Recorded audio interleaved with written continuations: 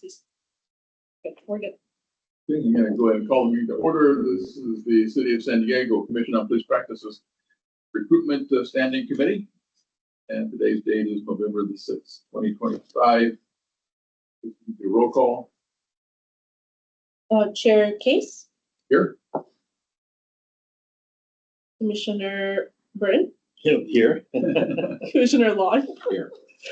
and Commissioner Diaz is not here yet. Okay. This is the first time I'm in a committee with everyone, so the names. You're so polite. You always add that word yet. Whenever you just do that. It's very nice.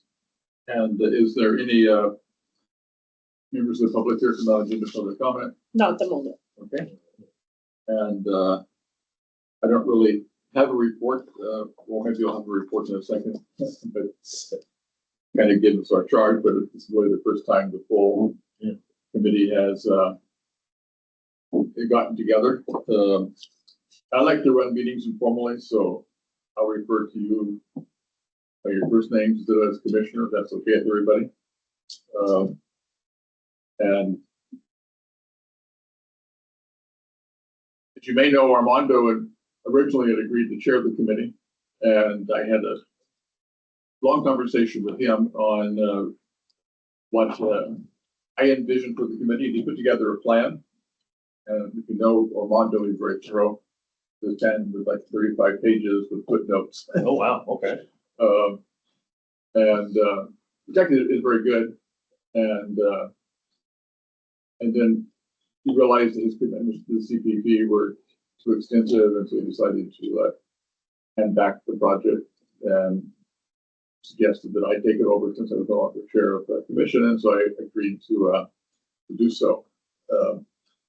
And so actually I would encourage you to take a look at the document that he put together, and you can find it in the committees folder. And the way you find that is to go to our shared drive, to go to the Office of the Commission on Police Practices folder.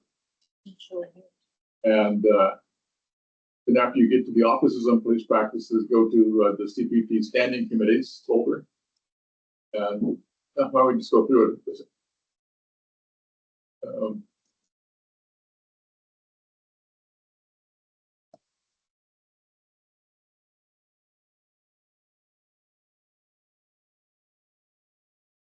Oh, this one?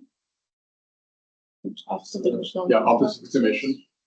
Then there is CPP Committees folder. Mhm. Then there's Recruitment Committee.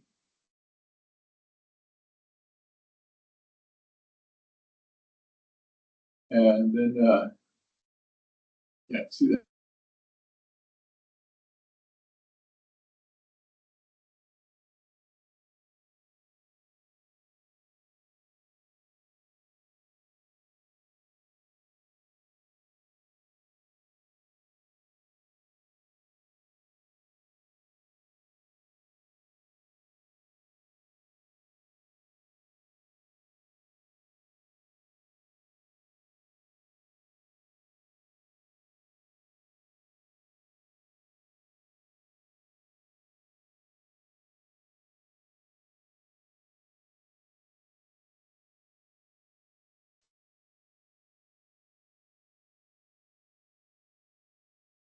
The team's just one moment.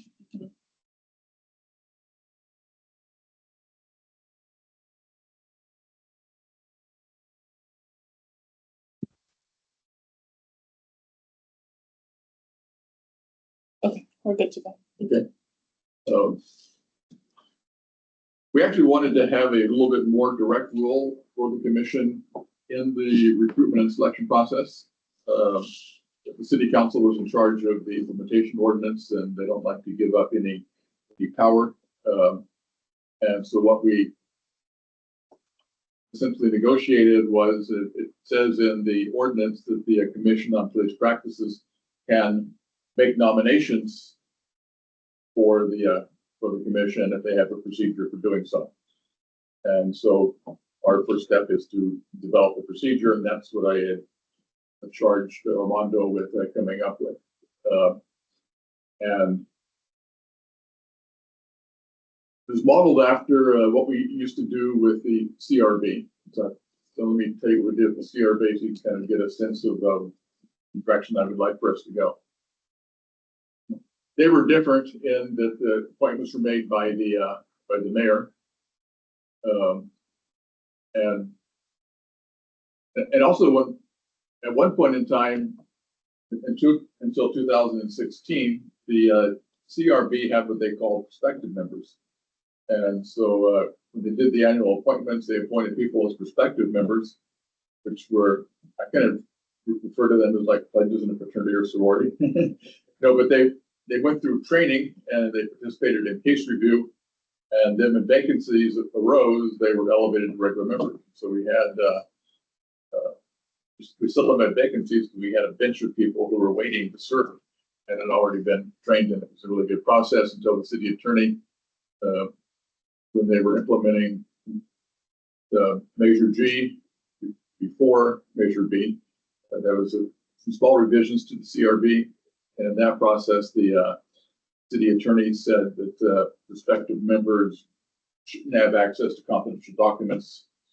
So we stopped doing that, but we still had our process. And the process was we had a recruitment committee, and we interviewed prospective members. And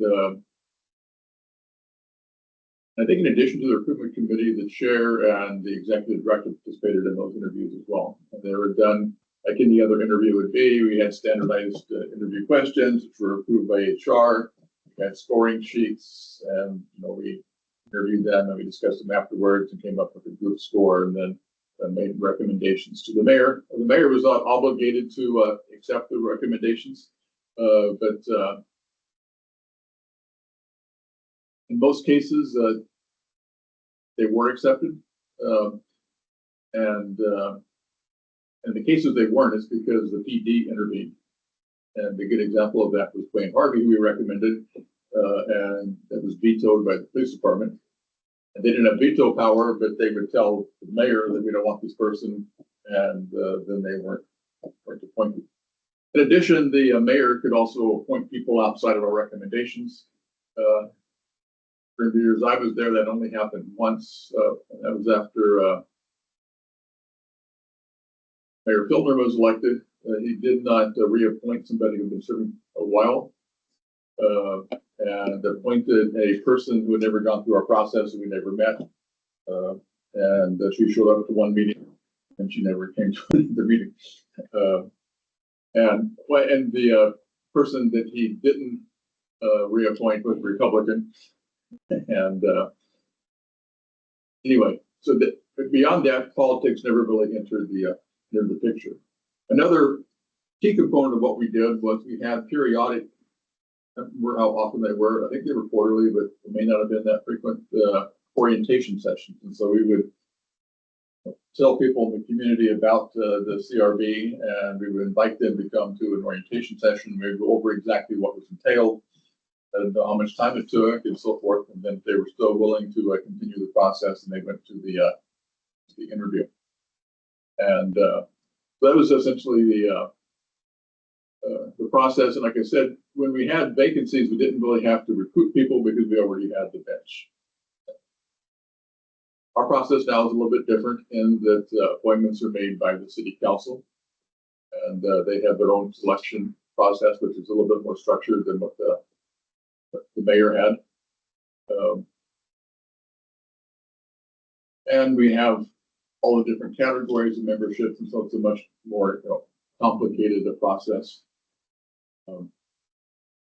But my goal is for us to do essentially the same thing. So for us to be involved in recruiting members proactively, not just waiting for people to express interest, but actually going out and talking to people, and then having orientation sessions, and then having the interviews. And we can talk later about who's going to be involved in those interviews, whether it's just the committee or other people involved. Then we would make recommendations to the full commission, and the full commission would nominate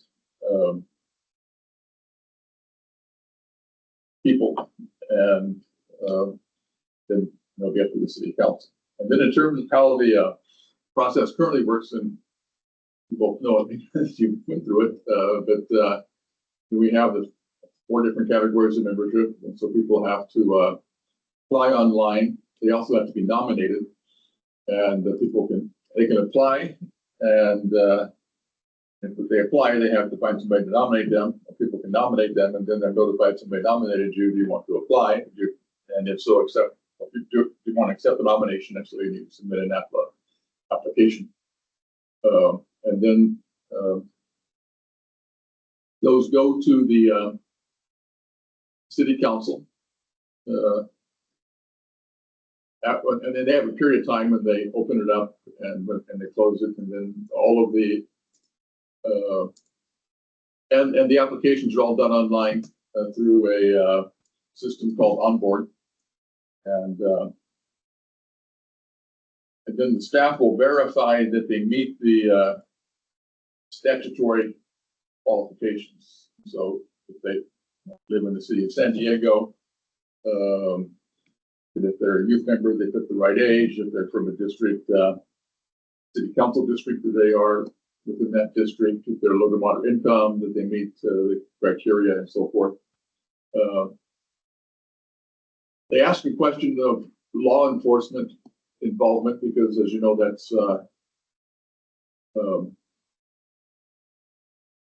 there are restrictions on what your involvement can be with law enforcement. You can't. I don't recall it specifically in front of me, but I don't think you could ever have served on the SDPD or member of your immediate family. But you can, if you know this on top of your head, Yasmin, you can help me. If you're from a different law enforcement agency, or I think it's outside the county, then after a period of 5 years, I don't know that part. I think it's 5 years, but I could be wrong. But after a period of time, then you can apply to be on the commission. And then there also are requirements in terms of background checks and criminal record. And as we were developing the implementation ordinance, there was a strong desire to not have having a criminal record be a disqualifying factor, because people who have involvement in the justice system oftentimes can bring a unique perspective. But there also was a feeling that there's certain types of offenses that if a person has been found guilty of, that they shouldn't be eligible to apply. So, violence on a police officer is one of them. There's several. I think child abuse is one. Embezzlement is one, I believe. So there's some serious crimes that you've committed those, then you're not eligible. But other crimes you are eligible, and they don't verify that until until the person is appointed. They appoint people, and they have appointed people in the past that didn't pass the background check, or even the minimum qualifications. I remember the first time around there was a really excellent candidate, in my opinion, but he worked with PERT as a PERT nurse or clinician, and that was considered part of the sheriff's department, and as a result, wasn't eligible. They didn't catch that until they appointed him, and then we had a vacancy. And so part of our role too will be to try to do some vetting beforehand. And unfortunately, the city council doesn't really do vetting before they make their appointments. What they do is everybody who's been nominated that comes down to city council. Everybody has 3 minutes to speak. Council can ask some questions. I think maybe they've only heard a couple of questions, and they were kind of superficial questions. And then they vote, and they keep voting until they get 5 votes. And if nobody gets the 5 required votes, they drop the person with the least number of votes, and they read ballots until they get 5 votes, or they are unable to get 5 votes. And but there's no really discussion about the candidates. That they could, but they don't, and they can't discuss it beforehand because that would be a violation of the Brown Act.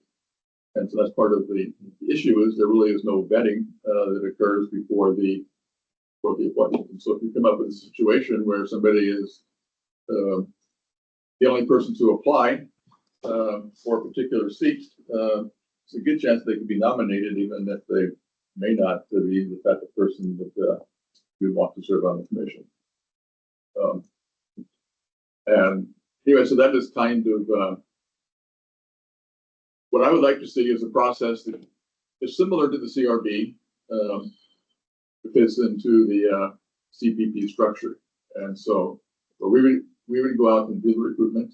We would have orientation sessions, and then we would vet them, have commission vote, and have that as a nomination. Currently, by the way, nominations can come from any member of the public, and actually an applicant can nominate themselves, and a community organization can make nominations. But I don't think many community organizations have nominated people except during the very first round when San Diegans for Justice had a slate of people that they nominated. And council members can also make nominations. Yes. So going forward, are we trying to come up with a procedure so that we would vet before they get up in front of city council, so that we kind of get rid of the whole kind of applying online and then just show up? Not necessarily, because we still have to go through the city process. People, and I'll go over second what we talked about with the city council president's office yesterday. And so they still have to go through that process. And we would only be making nominations, and there's nothing that requires the city council to accept our nominations. We're hoping that if we have a solid process, that they will respect our nominations, much like the mayor always took our nominations because they know that we have gone through a process and vetted them. Another maybe twist to it is that 9 of the commissioners, as you know, are represent city council districts. And oftentimes the city council member from that district will nominate somebody. And if the city council member nominates somebody to be from represent their district, almost always the other council members will respect that. It's kind of an agreement they have amongst themselves. And we will, as we develop our process, we'll want to kind of coordinate that with city council, because we don't want to nominate people when the council member has nominated somebody who's going to be selected. But we can talk about that. I've got that later. But they still will have to go through the city process, and so they will have to apply online. And we were meeting with the city council president staff. It was the chief of staff is Vicki Jones, and I forget what her title is, Luz, and what Luz's last name? Anaya. Anaya, who is works on the city council president's staff. The director of legislative affairs. No, and that's a position that goes along with the city council president, and so the city council members have their own staff, and the council president, you have these additional staff, and she's the one that handles appointments for the city council and so forth. And they have agreed to provide for us access to the applications, which is important. We have asked them, and they have tentatively agreed to add a question to the application saying, would you like to be, would you like to seek a nomination from the CPP? And they're going to be making a change to the nomination process, and where they will no longer require a nomination. It seems kind of silly, for example, that if you apply yourself, you can then nominate yourself because you have to have a nomination, and that seems to be a kind of a silly So, Right, and so they're going to change that process so that they won't require a nomination.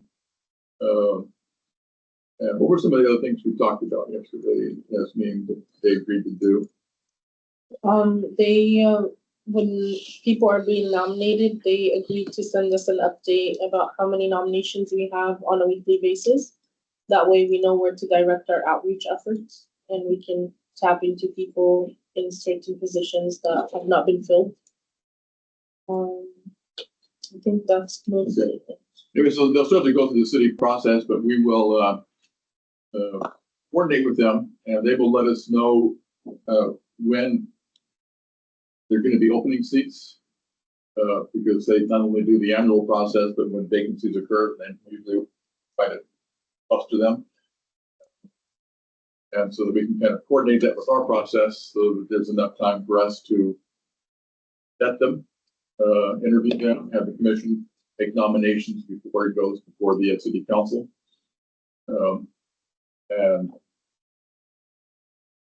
that's something else we have to build into our process. But they have agreed to coordinate with us, and I think that's helpful. In the past, there wasn't always that sense of willing to work with us.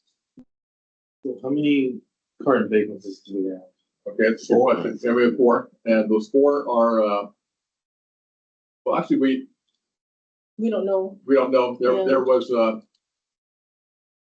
yesterday there were four vacancies.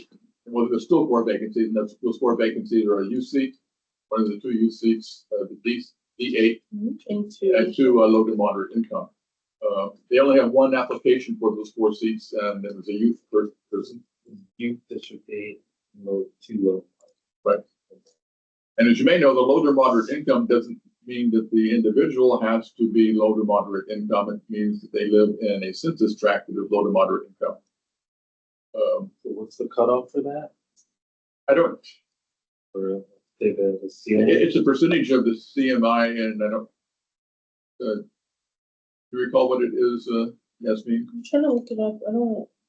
I do know that looking at the map, because if you click on it, it shows a map, and so if you're interested in that, if you click on it, it shows the map, and then you can decide, you can see whether or not you qualify.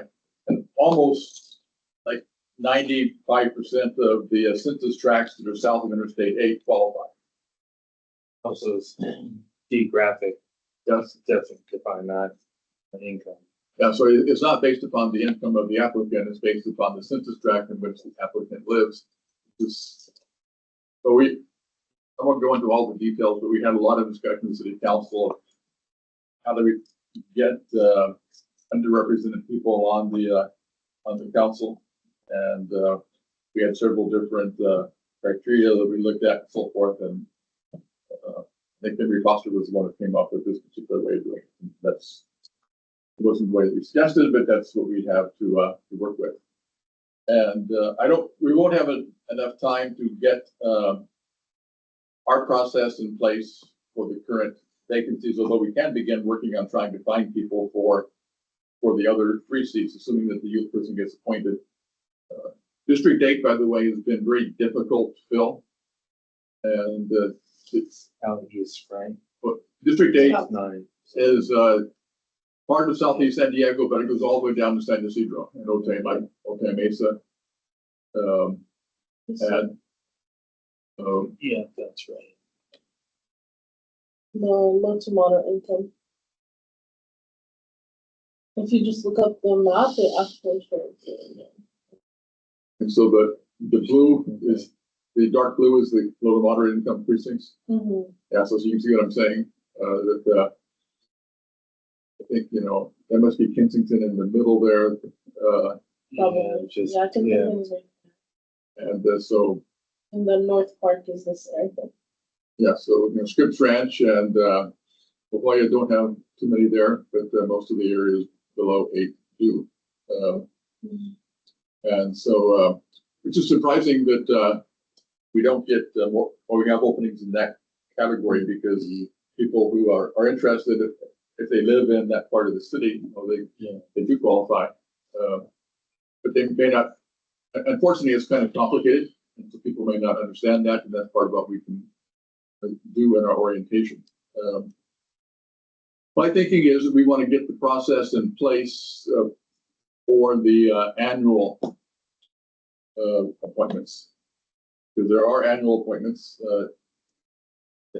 The commissioners serve 2-year terms, half of them expire, 12 expire in one odd years, and 13 expire in even years, or I think I did that backwards. And every year, and I don't remember exactly when they do it, and that can be part of the timeline we work out, they ask commissioners if they're interested in being reappointed. There is a term limit, but we're not there yet, because I think it's in the code, and I think it's 4 terms, and so that's 8 years, and so we're not there yet. That'll be something down the road that will be a factor, and so we won't. So there won't be that huge number of seats, presumably, unless everybody decides to resign. So the maximum number there would be 13, but more likely you're going to be looking at say 5, and so any seats that are currently vacant and people who don't want to seek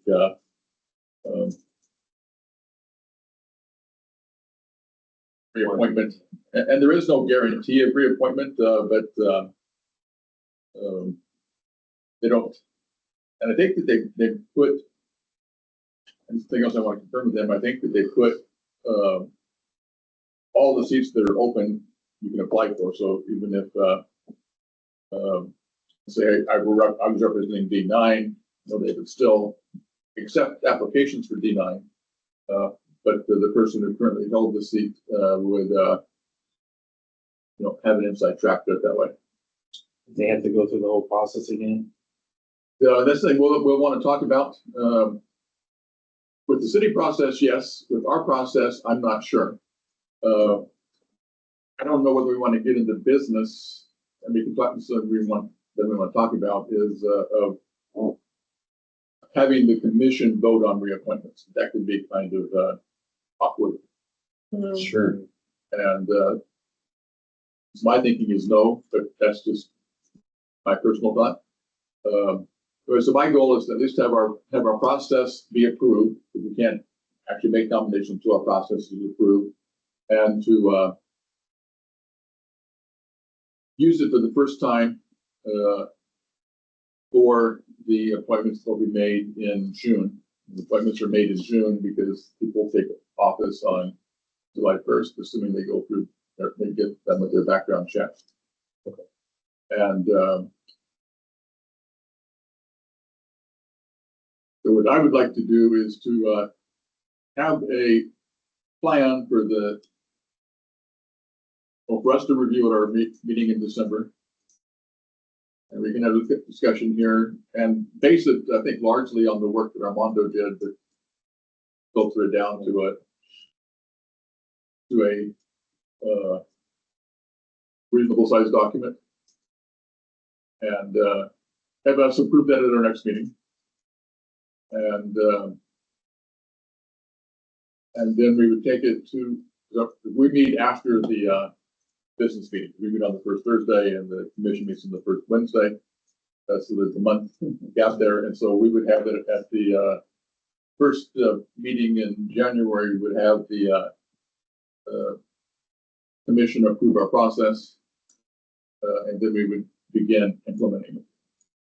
But in the meantime, we can still begin the recruitment aspect of it. So we can talk about how that's going to work. I also would like to have as part of that a calendar, at least for the annual appointments. And we were talking about this a little yesterday, because the city council will probably need to modify what they normally do. So working backwards, if the city council appoints in, say, mid-June, then we would need to have, at the latest, the commission make the nominations in early June. And which would probably being that we would give us a month to do our interviews and so forth. So maybe they would have to have the nominations deadline be in early May.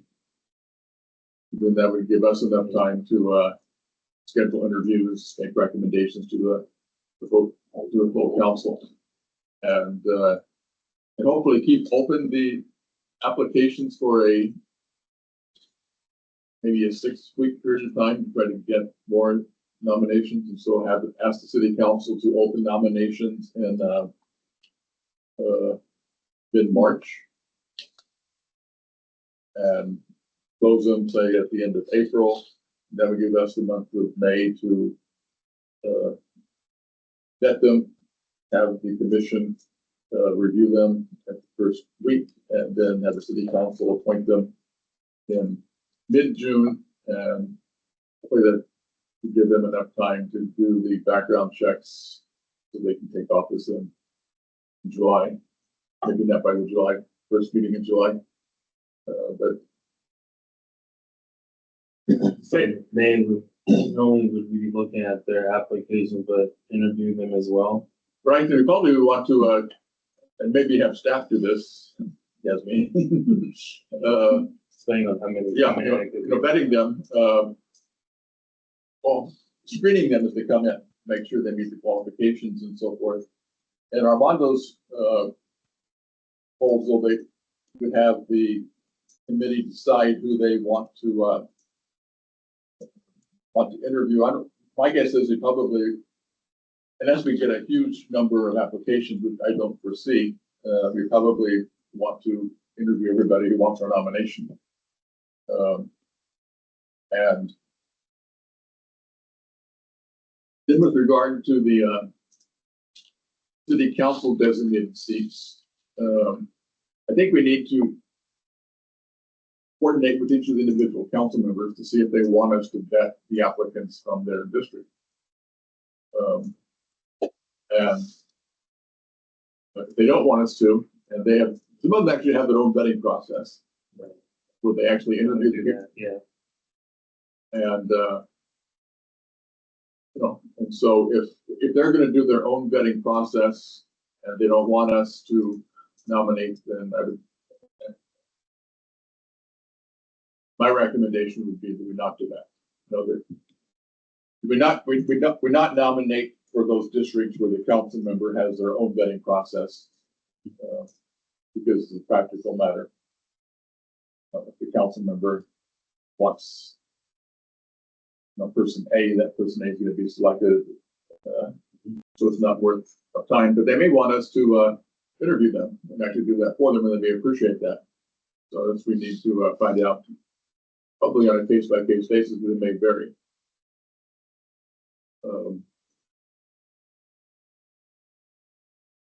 And Perhaps also in that instance, they would be open to receiving the office receiving nominations from the commission. If you all see someone in their district that's excellent and you nominate it to them, even if it's not a nomination period, that way you're giving them a heads up, hey, this person is excellent. We recommend you look into them for this position. yeah, Maybe we could even give some suggestions or processes to the city council if they, hey, this is how we vet, make sure that they can look at their own process and make sure they're doing something similar, just as a courtesy, like, hey, this is how we do it. You want to do it on your own, sure, but here's some good practices. and we want to share the and part of what our process will entail will be coming up with the interview questions, and Armando came up. I think he had the question, but he had a rubric of these are how they're going to be organized and how we're going to score them and so forth. Can we get that up on the screen, or? I can. It's gonna be giving Doug direction to what file. I have a question. We're gonna be doing the interviews? We have to decide that, but in Armando's proposal would be this committee that does the interviews. I'm guessing this Should is be it. third.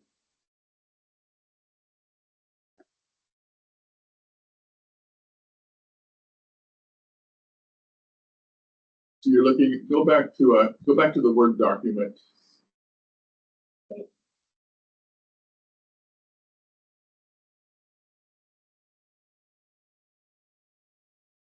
Down, there you go. No more. Where's this third Third draft? draft, Third draft, That one? yeah. the Word document, yeah.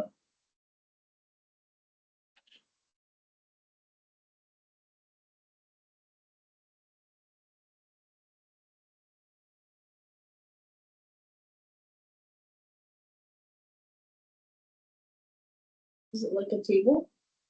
Yeah, it should be if it's a rubric. Let me just find that.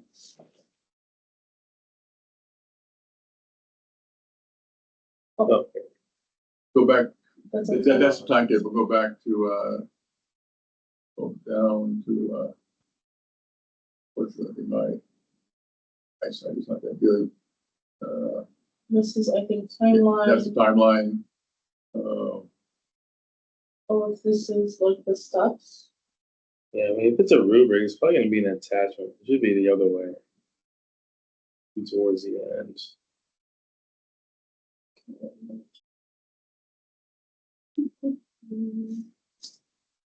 Or not, okay. Okay. Perhaps it's, cause this A is separate the document. corn rubric. And go ahead and click on that one, that's kind of what the, Introductions,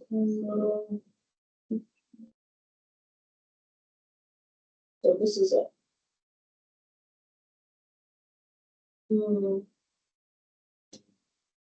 well, and you had several different methods of doing the rubrics. And, Um, yeah, No, and we can get into that detail, you guys can look through that, and we can get into Yeah, that detail, I'll read it. detail later, but the, you know.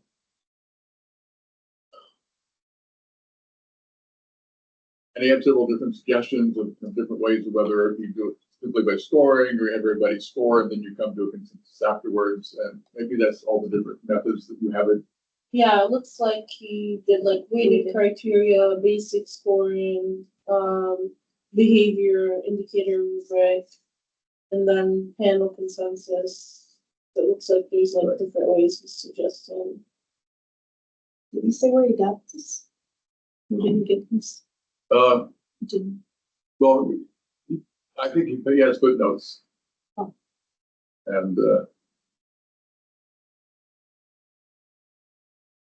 Okay, so I guess first is we need to But review that- this document and.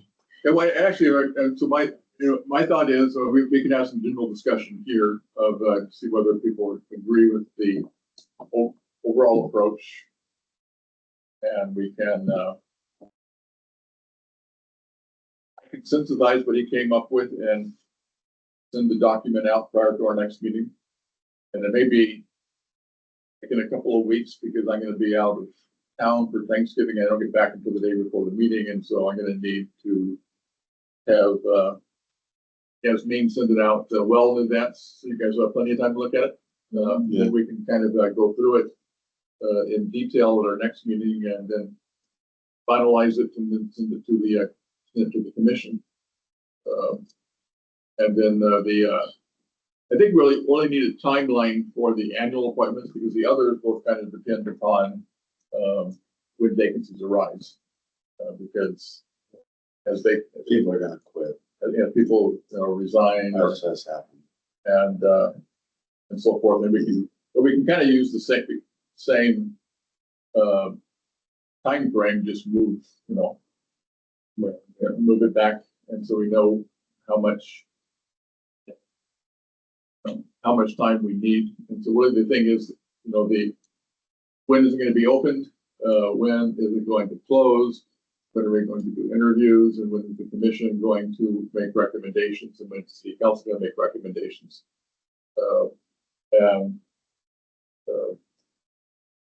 And also maybe have the orientation session. I really like the idea of the orientation session.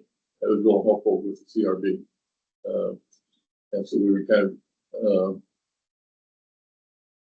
we gather interest and people would come to the orientation sessions and we present it and then we do the interviews. And so we want that orientation session to occur prior to the opening of the applications. That's another thing we need to add to the timeline.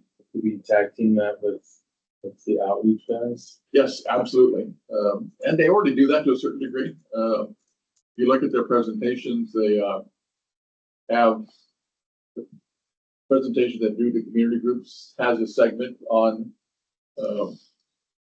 how to apply and so forth. And so we currently do that, but I think we need to be a little bit more proactive in that.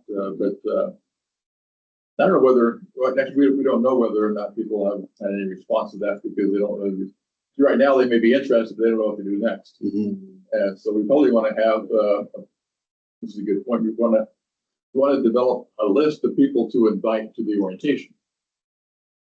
Right? So an interest form? Yeah, we want to have like an interest form. And so as we go to community groups or we table or whatever, if they're interested, we can, or they think might be interested, and we just take their name and address, and then we invite them to an orientation session. And it would be nice, I don't think we would require that much work,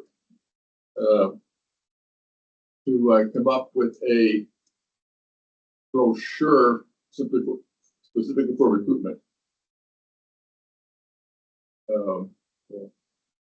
It says, interesting things in CRB, let them know what the requirements are, what the steps of the process are, how they can get a CPP nomination. And then we can hand that out at community meetings. We can also give them to commissioners to hand out if they have, somebody that are talking to a friend or associate about being on the CPP, and they say, "How do I get involved in that?" They can send it to their friends. And then what requirements on there? And Other requirements and steps in the process, and it's probably be something that staff would help us develop. I got you.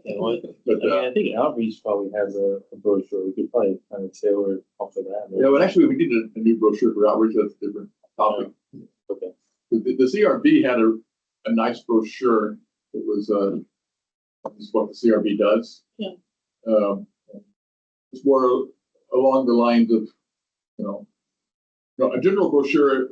I think we need both. A general brochure would be this is what the CPP does, and this is what their authorities is, and this is how you make complaints and so forth that we pass out to the general public. But I think we need one specifically geared toward people who are interested in serving on it.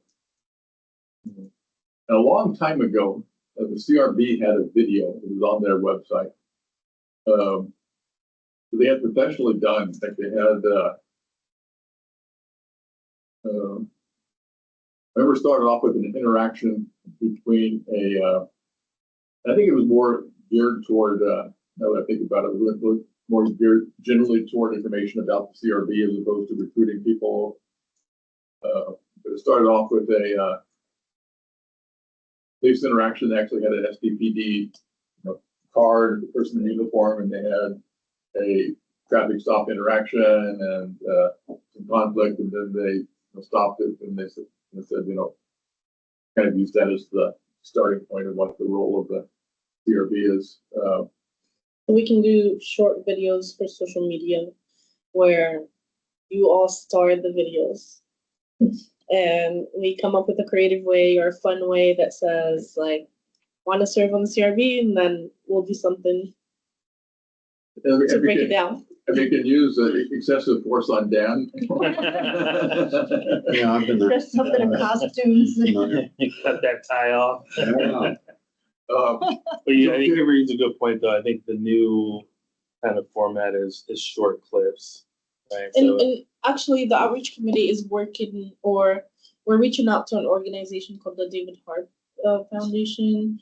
who works with young people that create professional videos. So one of the videos we're thinking of doing is creating like a who we are, who's the CPP and what do we do for the website. So that is something in the kind of works. But I think if the goal behind the video is to recruit people, I would suggest the social media short versions of it. We have social media for the CBP, right? We do. We just need Yeah, more and actually capacity. thinking about it, probably, the video probably ought to be more general toward the CPP, but it could be something that, it could serve both purposes, just like our presentations did. Yeah.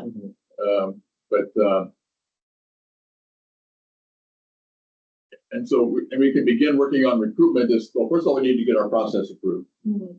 Then after we get our process approved, we need to begin working on, Outreach material. our outreach materials and also recruitment strategy of how we're going to find, where we're going to find these people. For example, the at-large has several different criteria of people they're looking for. Yeah, I don't know if we have time, but I was gonna ask that too, like, for the low moderate, any ideas of how we're gonna target that demographic? Well, we can do that through community groups and that. Yeah, and we've those been down there. We've been down in those geographic areas doing community outreach events. I think we've been at one, and Alec was at the same one. We had a booth, and I think there was a brochure there, although not a recruitment brochure. But that's an obvious way that strikes me. I mean, we could book our outreach. We could maybe focus on those geographic areas for events, live events. Yeah, Yeah, maybe they were focusing on actually, I'm just thinking in my mind, maybe as part of our meeting in January, we can maybe have a joint meeting with the community outreach, Yeah. or invite maybe a joint meeting. I can talk to Alec about this, and then we can talk about outreach as it goes to recruitment, and also trying to focus on. If you can pull up the various different types of criteria they're looking at in terms of the at-large, because the ordinance says they're looking for, anybody can apply for an at-large, but they give preference to people who, and there's a list of qualities they're looking for. I know, like working people involved in the justice system, people involved with the homeless, and mental health. I don't think they actually follow that. I don't think they do, but what I'm thinking is for us, Yeah. if we're looking for where do we go find people who are experts in mental health? Where do we go find people who are experts in homeless issues, or maybe go talk to criminal defense attorneys? I don't know. We talk about saying, well, how do we find people who have these areas of expertise? I've never been. Yes. I know Michael McConnell. I think he's been well known. He's a homeless advocate. Right. He has a Facebook page. So he would know someone else. Yeah, we had Michael McConnell speak to the CRB before. Yeah. Familiar with the. He would be a good resource. Yeah, and so and some of it can just be not only organizations, but people who can make personal references. So, and some people who may be good for the CPP are people who have had issues with the police department.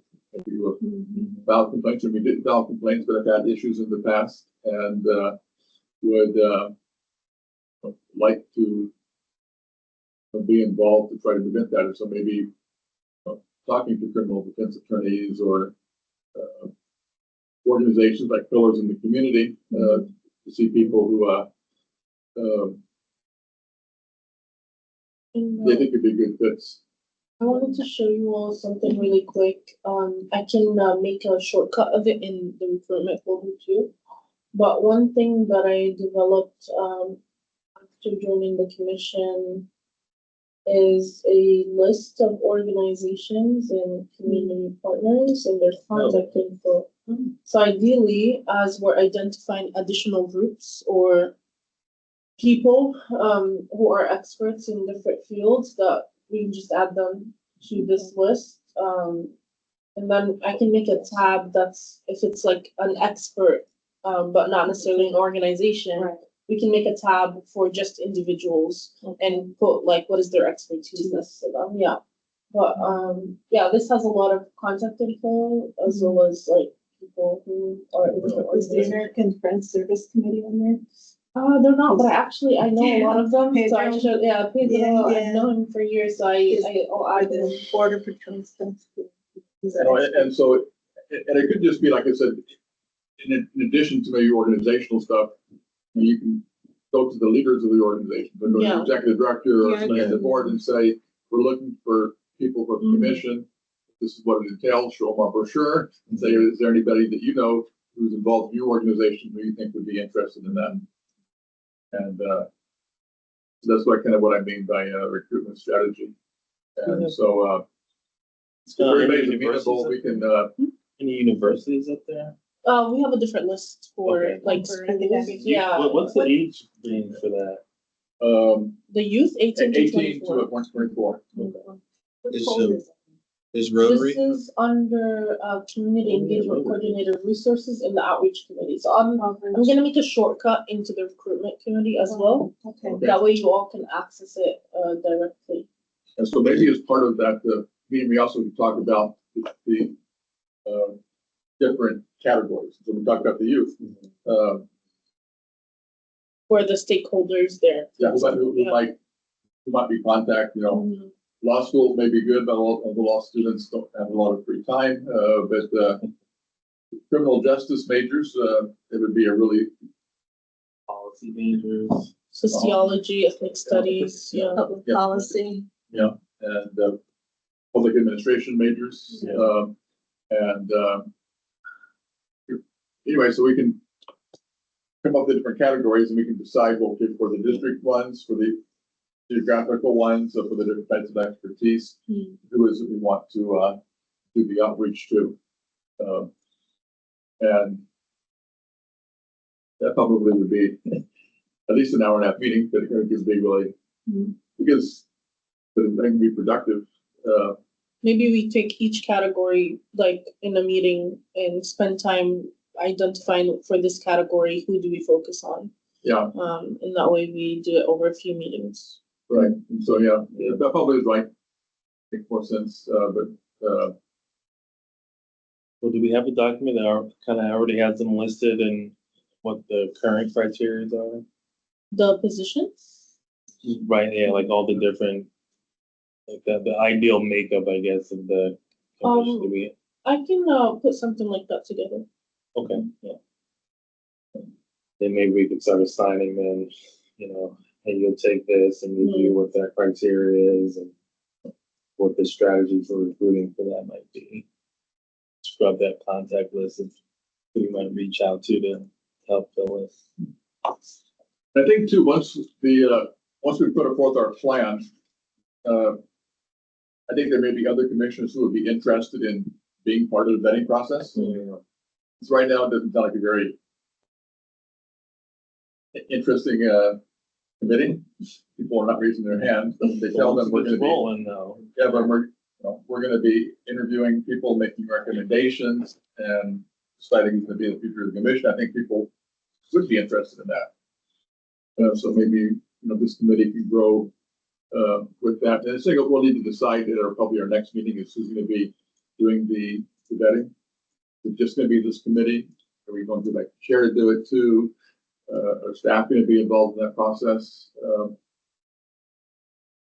And We just need to be judicious with it because, going forward, it's, be influential, right? So we need to put forth some significant effort into figuring out how's it going to be done, and who's in charge of what, who's going to do the vetting.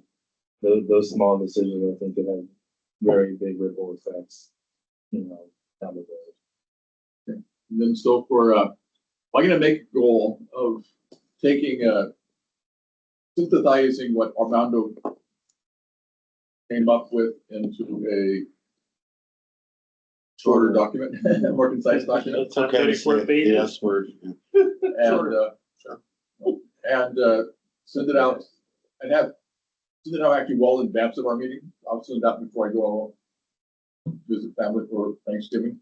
And that'll give you plenty of time to look at it, and then we can, and I would also maybe encourage you to look at the work that Armando did, because a lot of it is, We might not agree with what our mother did, you know, or we might agree with it, or we might agree with some of it, or most of it. exactly, Yeah. so that's what I'm saying, is that I'm gonna use it as a framework. Yeah. And frankly, he kind of, He's thought about it more than anyone, except Right. you probably.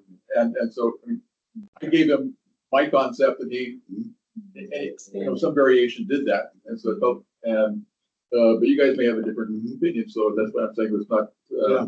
So when you want our comment, I feel we should give you comments ahead of time so we can then, if you can just review it, maybe incorporate. we have to be careful because of the Brown Act. And, you can, What's the Brown Act implication here?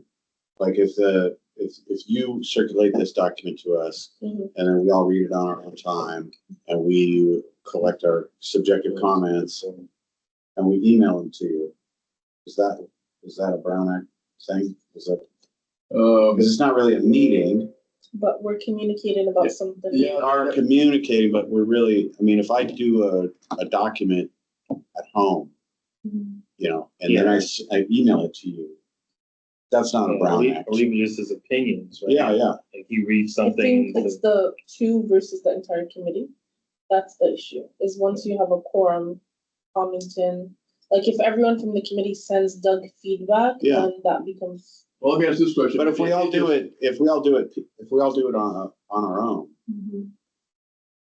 Well, see, what I'm thinking is that if I give you, a proposal of 10 days for the meeting, so you have plenty of time to look at it, and you also have the time to look at, what Armando did, which, goes into a lot more detail, as you can see, like on the rubric for the interviews and so forth. So it goes into detail of what we're looking for and qualifications and so forth. We don't need to put all that into our document to get the process, but it'd be helpful as a orientation for members of the committee to look at what he came up with, because he did a good job. Well, is there anything, are you comfortable with going the direction you've been talking about? yeah. Yeah. Okay, then, and so I can then do that, and if there are disagreements or suggestions of different ways to do it, then we can hash that out at our next meeting, because that'll be the goal of the next meeting, is simply to come up with the plan, which would be essentially the procedure. So we can finalize that at our next meeting, and send that to the commission, and then we can also then begin working on, we can have a joint meeting with community outreach. When does the community outreach meet?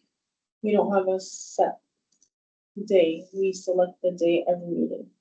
So it's ad hoc. That's Alex's committee. It's a standing committee, but we don't have a set, like, first First day. Okay. Okay, well, let me talk to Alec and see if we can arrange for a joint meeting of the two committees. Yeah. Usually I'll propose a date and then we just check our calendars. Or I'll call the committee members ahead of time and make sure everyone's available on that date, and I'll bring that date to the committee. So if you want me to do that with both committees, since I staff both, I'm happy to do that. Well, let me talk to Alec first to make sure that he's open. Yeah. I assume he will be. I don't want to. No, he will. I don't want to presume and then, yeah, it may be good because they may not be available at our meeting time, and so we can then I'll talk to Alec, and Yasmin can set up a time for our next meeting. Can we, I'm sorry, can we just make a point to circle back at some other point, maybe with the bar commission, but to Dan's point, we should be able to review a document, Yeah, send our comments Yeah, and yeah. notes to a chair with not having to fall I under mean, the that's, crown. yeah, Like, it's so inefficient that we'd have Yeah. to come yeah, together. yeah, Yeah. All, it's like, I can't read something on my own on my couch on a Thursday night, yeah. put comments in the Word document, hey, this is my thoughts, email, and then go on vacation. That's how we do case Yeah. review. And case review, of course, Yeah. Yeah. closed, but it's that process, and that process works well. Because Yeah. people can do it on their own time, and then they can send it to Well, them. yes, Wait for Mark, I that. mean, because, Yeah. well, technically, if I send it out and ask what as a draft and ask you to send A red line. send responses, but only to me, nobody else on the committee. Yeah. Because then it's not a majority. Well, okay, but we're a committee, You're the head of the committee. You can- and I mean, you and I could talk on the phone for an hour. It wouldn't be a Brown Act violation. You could do the same. But he and wouldn't be able to do the same with Lupe then. That's the issue. But he could- Secretarial meeting. But he could separately with her Yeah. about whatever was on Lupe's mind. Oh, you mean, You're right. Once I talk to one, if I go talk to Yeah. another, Yeah, or a phone. about the just on the same telephone. topic. teleconference? Yeah. Was that acceptable? Yeah. Yeah. This is just the two of you. Oh, yeah, Perhaps just too. consult Yeah. more. Yeah, we can- yeah, let me ask Yeah. Bart what we can, because I know that when I chaired a community planning group, which was under the Brown Act as well, that's how we did it. And people would send things, but only to me, and then I would consolidate everything, and then I would put out the second draft. And Did it work well? it worked well, yeah. And, So this could work well too. and so let me ask Bart if we can do that. I think other committees would have the same issue. Mhm. Sure. So he can make a ruling on that, pass us some guidance, it could be help our overall efficiency. Yeah. And, but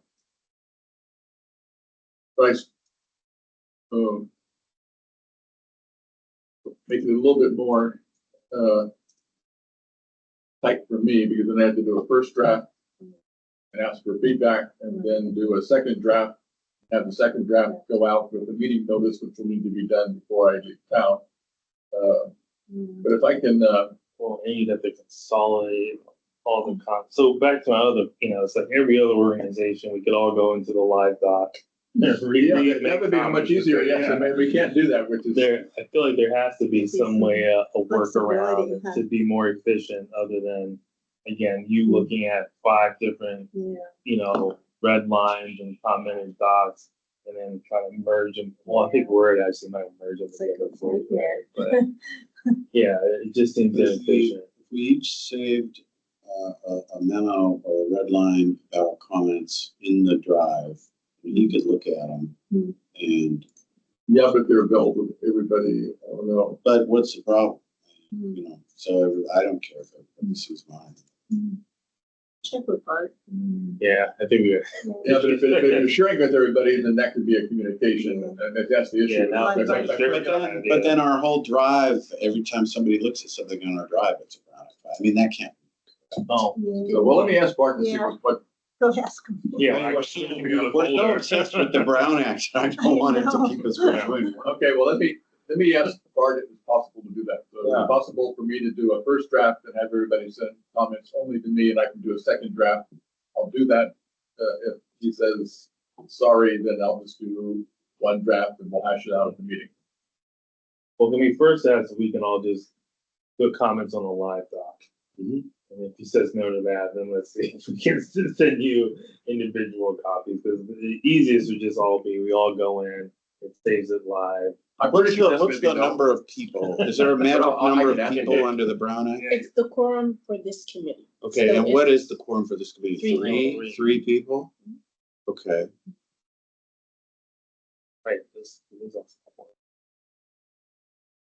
and it's a meeting It or becomes a serial meeting. communication. A serial meeting. What's a serial meeting? It's when you're communicating about something, a topic of discussion for the group. Like case review. Outside of case No, review, you usually don't have a quorum of any Right. committees. But But I've been on some case review meetings where we had 3 people on the case review team. But they didn't make a committee, a standing Yeah, but committee. the case Right. was not particular Brown Act, Yeah. Yeah, it's Yeah. not a standing committee. Yeah, so the Brown Act doesn't apply to it. Yeah, but a serial would be like if you were to. Now, come up if with you a had, suggestion to me, and then I call Yeah. Dave and say, this is Email what, thing, yeah. what do you think of this? And then it becomes, you're like, Okay. I was told the best example is like an email, like you send something to Doug, he said, yeah, it's a great idea, he CCs me. Now we've got quorum on this Right. one email chain. Now, That's how we got in Yeah. trouble. and now we've got an issue. I think Bart will be able to answer the Bart- question. Bart. quickly. yeah, and sometimes they have things come to staff to avoid that. And so it may be that the best easy thing to do is have everybody Ah, send yeah. things to, to you. Yeah. Staff, yeah, oh I'm no. hearing. And then you now. That's the And then you word. can just take all that and give it to him. Oh, Yeah, shoot, more compile work it for in you. a Although- one doc. I think that would still be the same, but what would it be the same is if I consolidate everything. Yeah. you consolidate it and then Paste it. send it Yeah, That's a to second. me, and not to everybody else, just send it to I me. bet that's the answer. Send it to you. So I'll call. That could be a third option you suggest to Bart. Okay, and so regardless, we will have it Like you don't have it. Yeah. either It's okay, I'll use one it. draft to all hash through next month, Oh, or we will have a first draft for you to respond to, and then we'll respond. We'll hash out the second draft at our meeting. That's going to be what our goal is for next month, and then our January meeting is to meet with the outreach committee to develop a recruitment strategy. We may have some follow-up on that. We may have some like task forces or maybe people from their committee helping us with that process. It might be helpful if you suggest a date when you check in with Buyer on the joint committee. I believe you guys were supposed to meet on the 8th, right? mhm. Think so. But the outreach committee usually meets at 6:30 PM, just FYI. So you might have to change the time. And we were doing the 8th because the first was, It's the national hall, it's like New Year's. January 1st, yeah. And we decided that you guys were going to meet on January 1st. Yeah. I mean, we're kind of close. We made that executive decision. But The only thing is, I'm sorry, I have a meeting to, that I think it's my community meeting on the first Thursday of the month. It starts at 5:30, and we're trying to change it to 6. We'll find out soon enough by January 1st. So So I won't be able to be in this committee if the time change. So we're working on it. I think just for the joint one. Yeah. The The joint, January the 8th joint. one, yeah. Oh, for all of us? I mean, yeah, for both committees. I probably won't be able to attend that if it's at 5. I'll probably attend the, Yeah, well, we may not get everybody to, Yeah. well, how many Yeah. people are on this committee anyway? we're at, Is it? I mean, I can hang in for a while if. I just and said, if, we canceled our meeting today. That's why I don't, okay. that's why I'm here today. Okay, and and they meet at 6:30 because they have people that aren't available until after working hours, or? One person is only available at 6:30 because they have something from 4 to 6, but they're not always able to make it anyways. So a lot of meetings end up without that person. Okay, well, why don't we, I'll talk with Alec about, well, actually, the 8th may be a good day to propose. Mhm. And then, That would be January. so let me check with Alec, make sure Thursday? that works for him. Mhm. Then if it is, when you. That is a Thursday. Is that the first Thursday, yes, it's the Thursday? second Yeah. Thursday. Second Oh, the Thursday. second might work out better for me. And, but see, I'm guessing that your organization's not gonna wanna meet on January 1st. Is it on the first The Thursday? first Thursday, January 1st. Yeah, Yeah. no, we're not meeting. And they may just cancel it. Yeah. I wouldn't want to be part of any organization that wants me there. I'm just quitting. And so we can, anyway, if Alec is amenable to the 8th, then when you send out, and you could contact the committee members, and you can give them 2 options. The 4 or the 6:30. Yeah, the 4 or the 6:30. Can everyone here make 6:30? Yeah. I can. Is that the Thursday, second Thursday? Yeah. Okay, and is there anything else we need to accomplish today? I think we need to vote on actually having our meetings on the first Thursday or changing it. Because that's an actual action item that Bart said we have to take in order to make it set. Okay. Is this being conference? Yeah.